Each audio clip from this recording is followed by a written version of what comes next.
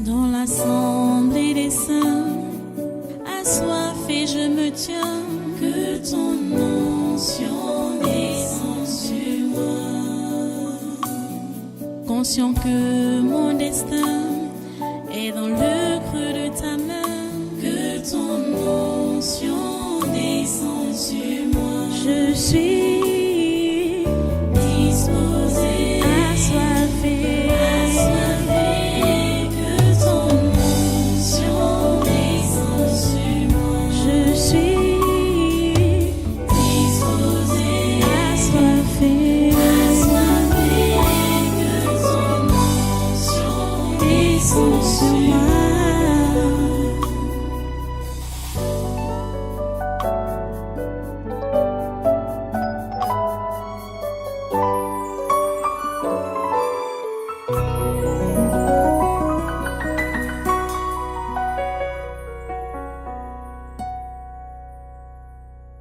Alléluia.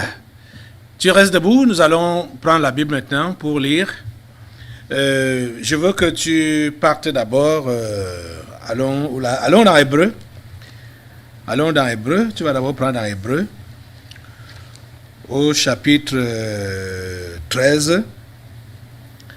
On va commencer, c'est juste pour introduire les autres passages, on va les lire après. Hébreu chapitre 13. Hébreu chapitre 13, verset 4.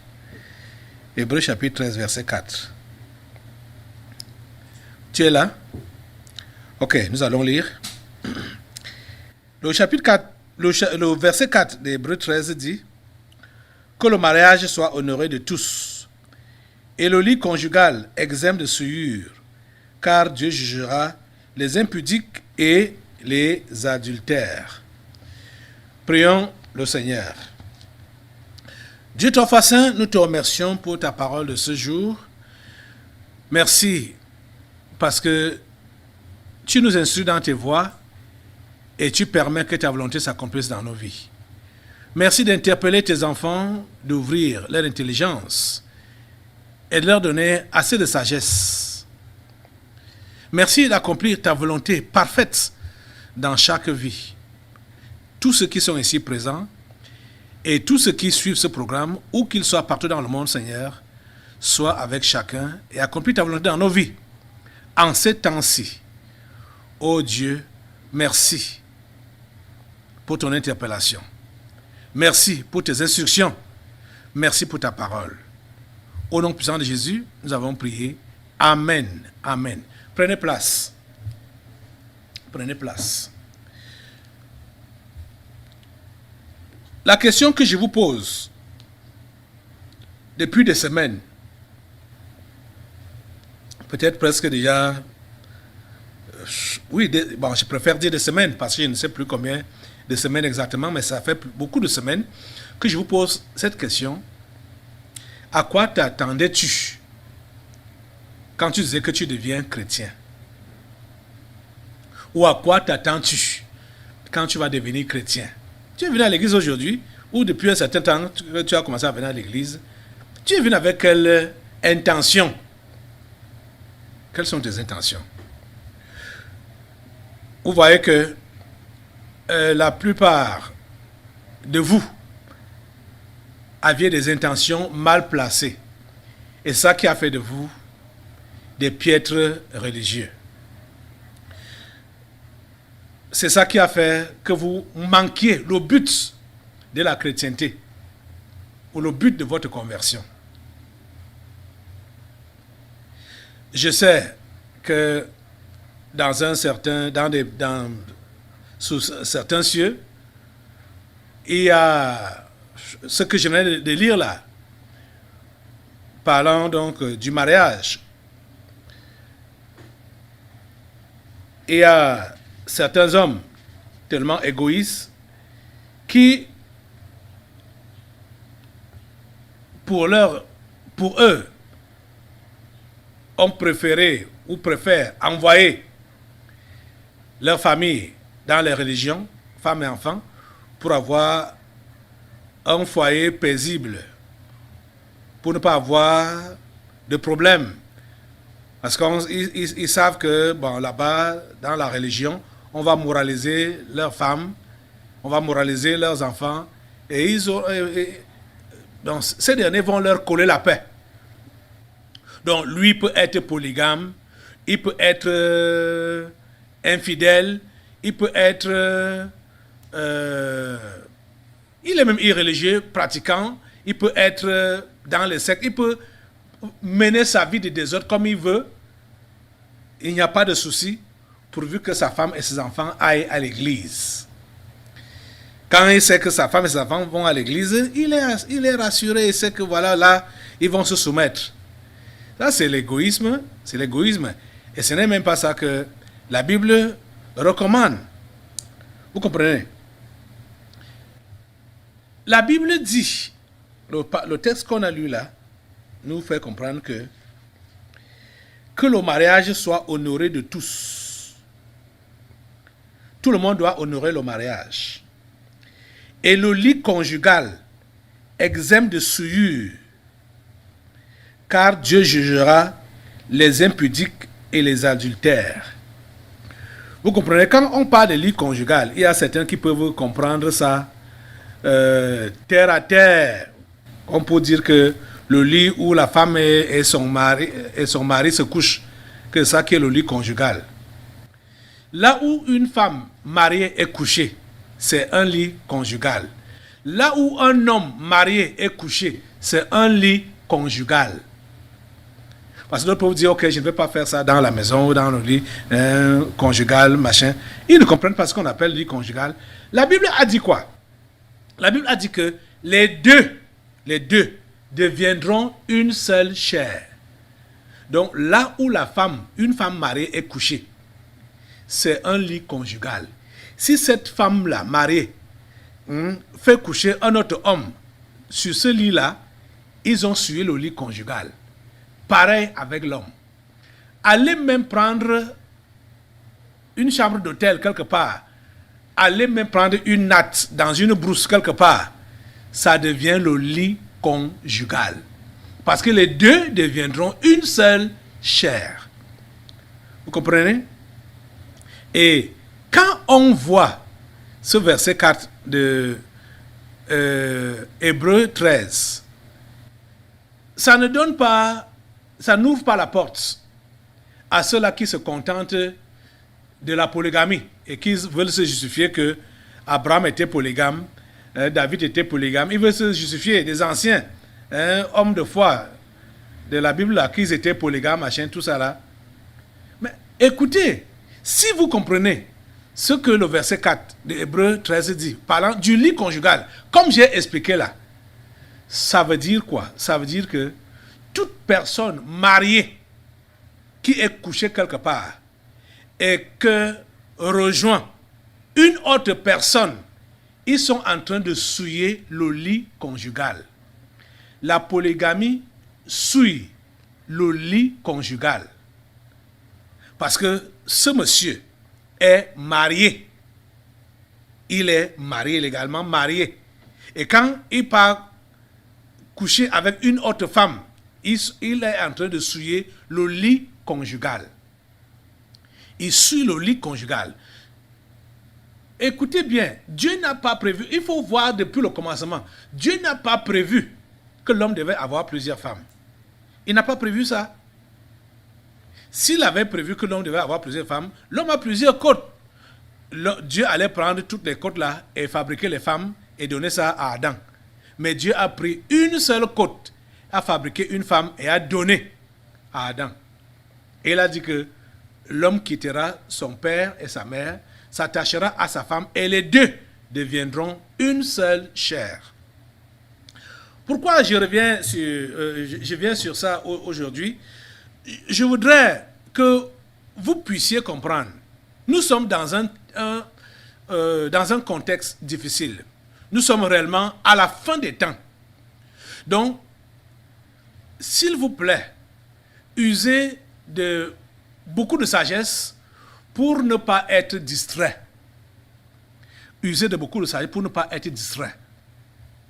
Le mariage ne doit pas vous distraire en ce temps-ci pour ceux-là qui sont mariés.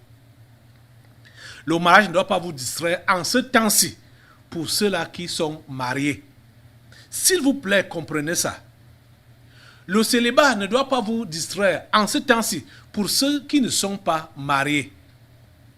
Je vous pose encore la question. Vous vous attendiez à quoi quand vous avez dit que vous devenez chrétien, quand vous avez dit que vous donnez votre vie à Jésus?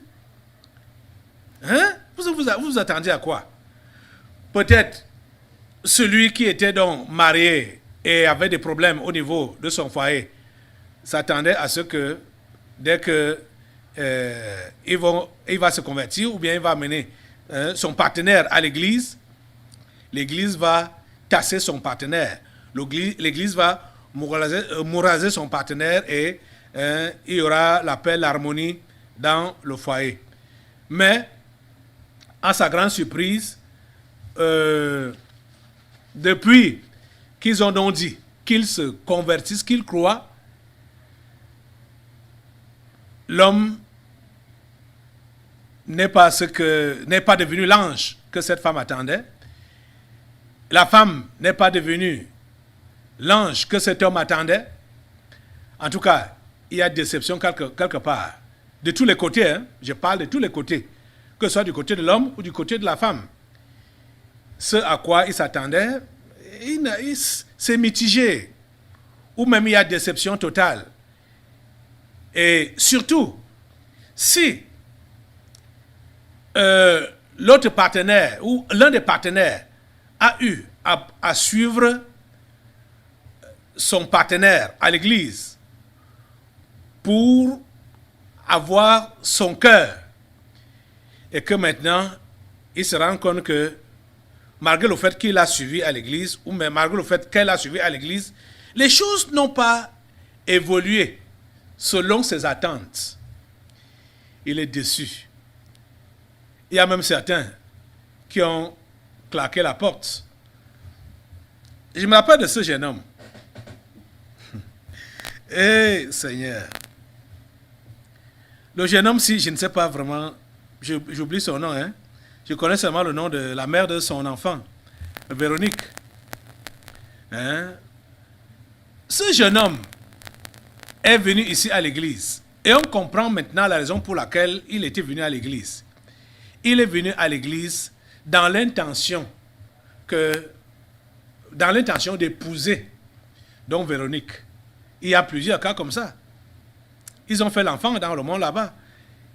Je crois que Véronique était la première à venir à l'église. Et il a suivi. Quand il a suivi le message, il a quand même supporté pendant des mois. Il a supporté pendant des mois. Mais quand il a appris que Véronique a forniqué, le gars a cessé de venir à l'église. Donc on comprend la raison pour laquelle il venait à l'église. Il venait à l'église dans l'intention que les choses pourraient s'arranger entre lui et Véronique. Vous voyez? Et voilà, Véronique est tombée dans le péché. Et il a dit, bah, ça me sert encore à quoi? Ça me sert encore à quoi? Je reste à la maison, ça ne vaut pas la peine. Vous voyez, celui-là n'est pas venu à l'église pour se donner à Jésus. Il n'est pas venu pour la foi. Il est venu pour le mariage. Et quand vous avez des mauvaises intentions comme ça là, vous dites que vous venez à l'église, vous n'allez pas faire long chemin. Parce que ce pourquoi vous venez vous déçoit ou n'arrive pas comme vous vous attendiez, vous allez faire demi-tour. Vous allez faire marche arrière. Il y a même je peux allier les cas. Hein. Il y a également la jeune fille là, qui est la mère de l'enfant de Mangata, le policier. Elle aussi avait suivi le père de son mari à l'église. Elle a suivi le père de son enfant à l'église en espérant que l'un de ces jours, les choses allaient s'arranger. Et le temps est venu, le temps est passé. Rien ne s'est arrangé dans le sens du mariage, dans le sens de ses attentes. Du jour au lendemain, la jeune fille a dit que ça ne vaut plus la peine de continuer à aller dans cette église. Vous voyez, on comprend qu'elle ne venait pas à l'église pour Jésus, mais elle venait à l'église pour se marier. Je dis, je peux allonger des cas comme ça. Il y a des couples à l'heure actuelle, ici à l'église. Je les mets entre guillemets, des couples chrétiens. Pourquoi? Parce que l'un parmi eux a été motivé par l'autre et comme il est venu à l'église, il s'attendait à ce que leurs relations dans la maison vont s'améliorer, que les choses iront vraiment à merveille. Mais arrivé à l'église, malgré le temps qu'ils ont déjà passé à l'église, ils voient que les choses ne vont pas dans son sens. C'est la raison pour laquelle, quand je les mets entre guillemets là, ils sont là physiquement, mais leur esprit n'est pas à l'église. Parce qu'ils ne collaborent pas avec Dieu en rien pour l'avancement du royaume de Dieu.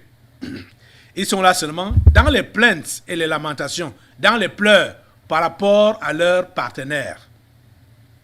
Les amis, pourquoi est-ce que vous êtes devenus chrétiens? Pourquoi est-ce que vous voulez devenir chrétien?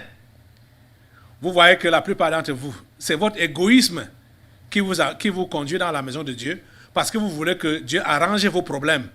Dieu arrange votre situation. Dieu arrange votre ménage. Dieu vous donne un mari. Dieu vous donne une femme. Ou Dieu vous donne des enfants. D'autres sont venus à l'église parce qu'ils n'avaient pas d'enfants. Et ils sont donc venus supplier la grâce de Dieu pour que les enfants viennent. Ceux parmi vous que Dieu a même exaucé et il vous a donné ses enfants, on ne voit pas ce que vous faites avec les enfants là.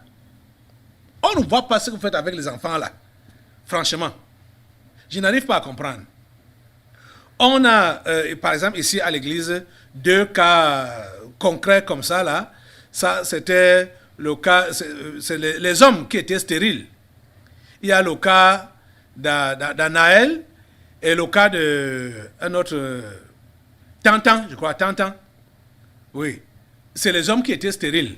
Bon, les autres cas, je ne sais pas, pour les autres, je ne sais pas qui était stérile.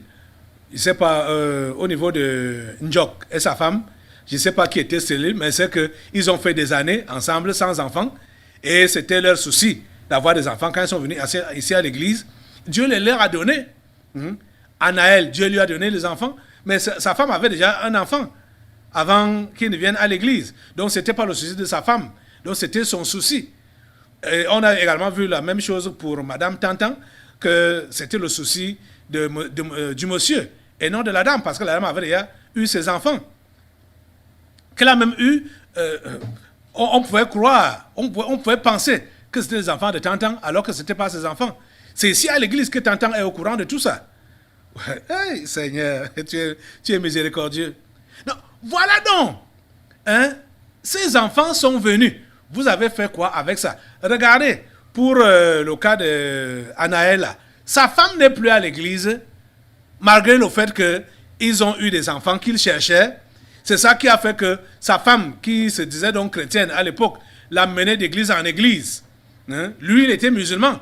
Anaël était musulman, mais il voulait les enfants avec sa femme. Et sa femme a commencé à l'amener d'église en église, jusqu'à ce qu'ils sont arrivés ici. Et le Seigneur l'a rendu productif. Maintenant, c'est sa femme qui ne vient plus à l'église. Vous voyez? Oh mon Dieu. Ça, c'est des choses. On peut aligner. Il y a même des cas que j'oublie. Je peux pas. Ce n'est pas les miracles. Ce n'est pas ces miracles-là qui vont vous approcher de Dieu ou qui vont faire ce que vous fassiez forcément à la volonté de Dieu. Voilà les cas que je suis en train de citer. Mais si on part dans le bilan spirituel là, de ces gens-là, de ces maisons-là, de ces couples-là, on voit que c'est négatif. Ils n'ont rien produit pour l'avancement du royaume de Dieu. Ils n'ont rien produit. Au contraire, ils sont encore dans les plaintes et les lamentations. À l'heure actuelle, ils sont en train d'accuser Dieu. À l'heure actuelle. Vous voyez, c'est ça qui est bizarre. C'est ça qui est bizarre. Pourquoi est-ce que tu es devenu chrétien? Certains sont venus n'ayant pas de travail et ils venaient pour avoir le travail. Quand le travail est venu, on voit que ils ne sont pas productifs pour Dieu. D'autres sont venus pour que Dieu les bénisse, pour qu'ils puissent étudier, qu'ils puissent avoir des diplômes et après ça, décrocher un emploi. Ça a été fait. Mais après ça, qu'est-ce que tu as produit pour l'avancement du royaume de Dieu? Nous sommes aujourd'hui dans le cadre du mariage. Vous voyez? Et je suis en train de vous faire comprendre que les couples, beaucoup de couples sont des couples rétrogrades à l'heure actuelle, ici à l'église. Parce que les attentes des uns et des autres n'ont pas été comblées quand ils venaient donc à l'église, vis-à-vis de leurs partenaires. Leurs attentes n'ont pas été comblées. Et vous allez les voir que plusieurs sont même dans l'adultère, même comme ils n'ont pas physiquement fait ça, mais ils sont dans l'adultère, parce qu'ils sont en train de regretter d'être avec leur partenaire.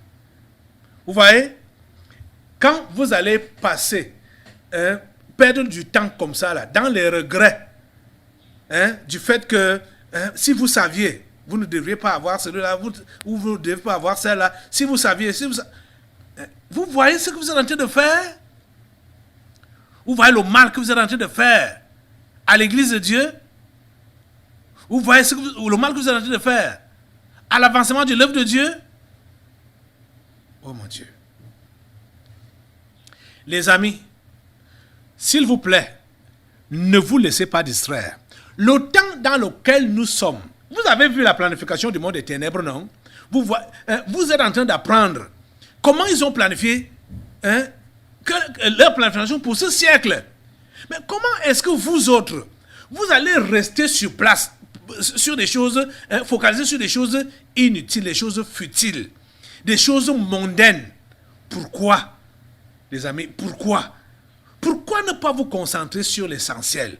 Pourquoi ne pas vous concentrer sur l'avancement du royaume de Dieu? Chacun de vous doit le comprendre. Je vais le réitérer une fois pour toutes. Ou du moins pour ceux-là, peut-être qui ne sont pas encore au courant. Quand vous vivez dans le monde, vous n'êtes pas encore chrétien. Vous vivez dans le monde avec une femme ou un homme. Même si vous avez les enfants et que vous n'êtes pas marié, le fait de venir à l'église ne doit pas aussitôt précipiter votre mariage, votre union. Non. Ce que vous devez d'abord faire, dès que vous découvrez la vérité, la première des choses à faire, c'est de rompre cette relation-là. Vous comprenez? Ça, c'est la première des choses. C'est la première des choses. Vouloir convertir la relation parce que vous prétendez que vous êtes converti, il se pourrait que l'un de vous fasse une fausse conversion juste parce que il ou elle veut le mariage. Vous comprenez ça? Il va faire une fausse conversion. Et vous allez vous unir pour le mal. Vous allez vous unir pour le mal. Vous comprenez ça? Si tu t'es converti étant ou cohabitant avec un homme ou avec une femme, vous n'êtes pas légalement marié, comprends que dès que tu connais cette vérité, comme je te le dis maintenant là, tu dois directement rompre avec cette relation. Je dis, même si vous avez des enfants, même si c'est plusieurs enfants, tu dois directement rompre avec cette relation. Tu ne dois plus avoir d'intimité avec cette femme ou cet homme. C'est ça que la Bible enseigne. Parce que la Bible appelle ça la fornication. Quand vous avez des rapports sexuels et vous n'êtes pas marié, vous n'êtes pas légalement, vous vivez dans la fornication. Il faut arrêter ça. Ce n'est pas à vous de conditionner Dieu ou de conditionner votre conversion. Vous allez donc constater que plusieurs ont légalisé la fornication. Parce qu'en fait, ce qu'ils ont eu à légaliser était une mauvaise union. Le lien pour le mal. Vous voyez? On a vu beaucoup de cas ici. On a vu plusieurs cas ici. Même à l'église.